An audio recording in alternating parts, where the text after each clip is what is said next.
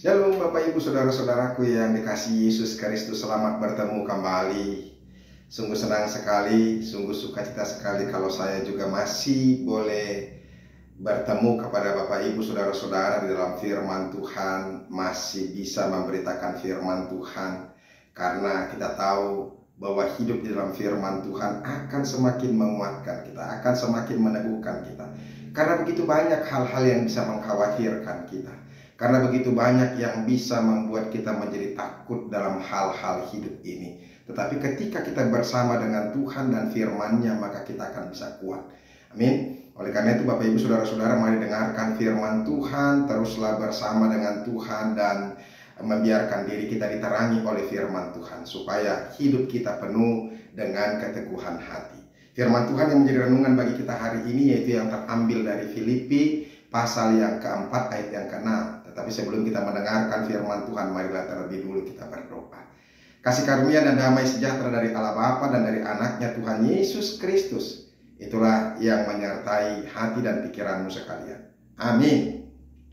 Filipi pasal yang keempat ayat yang ke-6 dikatakan demikian. Janganlah hendaknya kamu khawatir tentang apapun juga, tetapi nyatakanlah dalam segala hal keinginanmu kepada Allah dalam doa dan permohonan dengan ucapan syukur.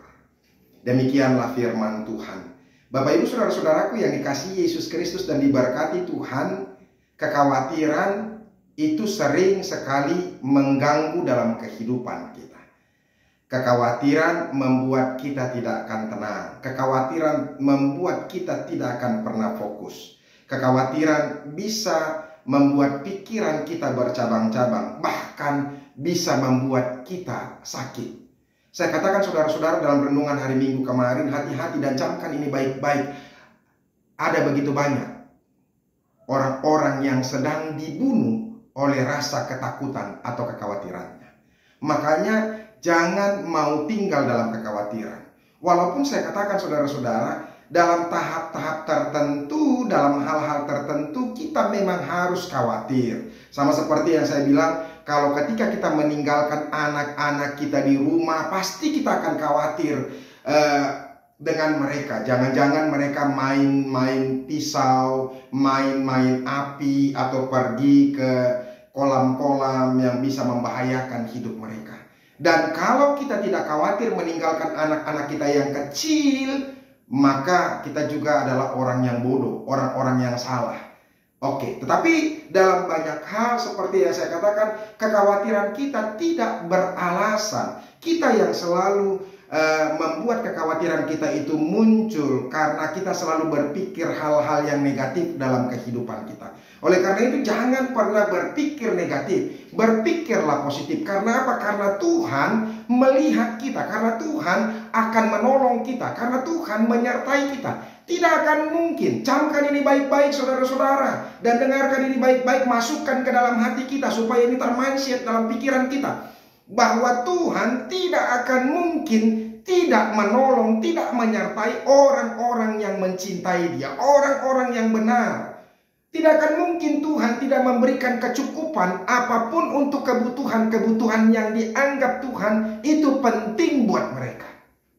Makanya mari kita sedikit lebih tenang, mari kita sedikit lebih lebih damai, bijaksana dalam hidup ini. Makanya saudara-saudara, Yesus sendiri sudah mengingatkan kita, ya. Jangan pikir, supaya jangan sampai ada orang berpikir kalau hanya karena kekhawatirannya itu akan menambah umurnya. Dia katakan di Matius 6 ayat 27, siapakah di antara kamu yang karena kekhawatirannya dapat menambahkan sehasta saja pada jalan hidupnya? Saudara-saudara, kalau kita boleh bertambah umurnya karena sehasta saja pun karena kekhawatiran, oke, mari kita tinggal dalam kekhawatiran. Persoalannya kalau kita tinggal dalam kekhawatiran, justru itu mengurangi umur kita, bahkan membunuh kita, membuat kita menjadi orang-orang yang sakit, menderita. Lihat saudara-saudara, termasuk penyakit ini terlalu banyak, yaitu di dunia, bahkan di Indonesia, ya penyakit MAH.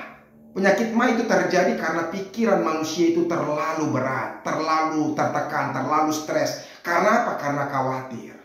Ya mungkin ada banyak alasannya, pola makan yang tidak baik, pola tidur yang tidak baik. Tetapi saya mau katakan kepada kita, saya merasa bahwa orang-orang banyak kena sakit mah hanya karena begitu banyak yang stres dan khawatir dengan hidup ini. Makanya jangan mau lagi hidup dengan khawatir. Jangan terlalu takut dengan banyak hal. Makanya saudara-saudara, kenapa kita tidak perlu khawatir? Kita punya banyak alasan untuk tidak khawatir. Sama seperti yang dikatakan oleh firman Tuhan. Ini caranya supaya kita jangan khawatir, saudara-saudara.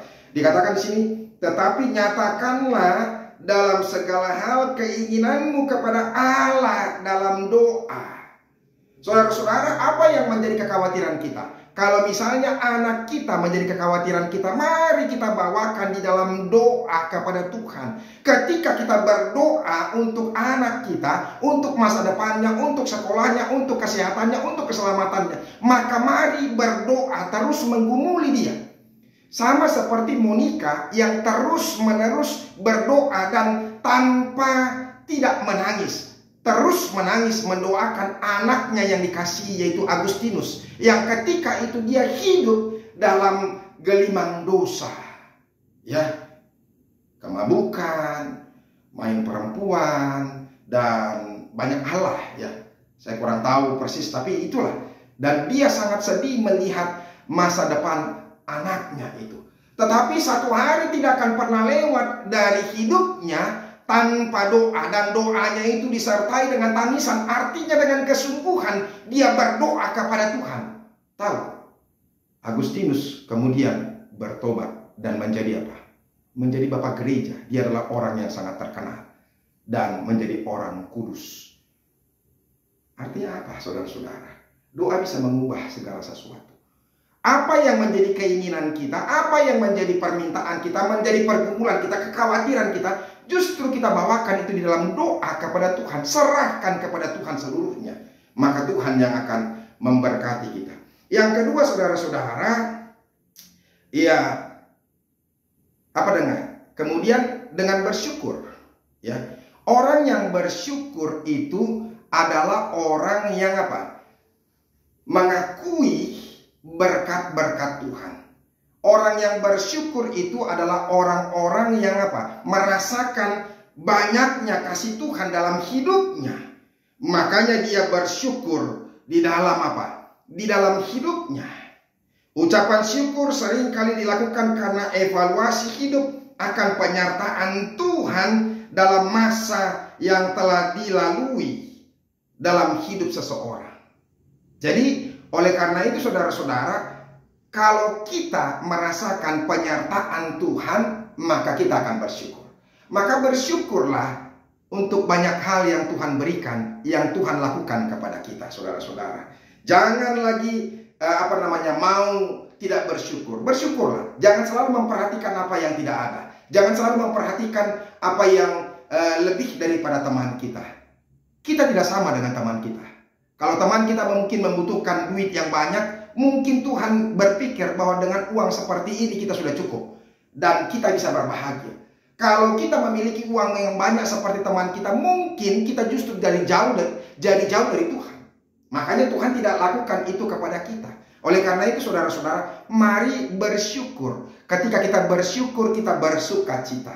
Maka kita akan bisa menghilangkan rasa kekhawatiran kita. Yang ketiga, hilangkan rasa kekhawatiran itu sendiri, ya. Ketika kita jangan selalu tinggal dalam kekhawatiran itu, berusaha berpikir positif terus dalam hidup ini supaya kita boleh tenang. Jangan pikirkan hal-hal yang negatif, maka kita akan gusar dan khawatir. Dan yang terakhir, saudara-saudara, sama seperti apa yang dikatakan oleh Rasul Paulus dalam ayat yang selanjutnya dari firman Tuhan ini. Biarlah damai sejahtera Allah yang melampaui segala akal dan budimu akan memelihara hati dan pikiranmu dalam Kristus Yesus. Jadi biarlah damai sejahtera Allah tinggal dalam kita, terus melingkupi kita, maka kita akan bersuka cita. Biarlah firman Tuhan ini memberkati kita. Amin. Terima kasih Tuhan untuk firman-Mu yang kami boleh dengarkan pada saat ini. Biarlah itu menjadi renungan yang baik buat kami, supaya kami jangan saja terlalu khawatir, sebab tidak ada gunanya kami khawatir. Bukan bertambah umur kami Tuhan, sahasta saja. tidak akan pernah bertambah hanya karena kekhawatiran kami. Oleh karena itu, untuk apa kami harus khawatir?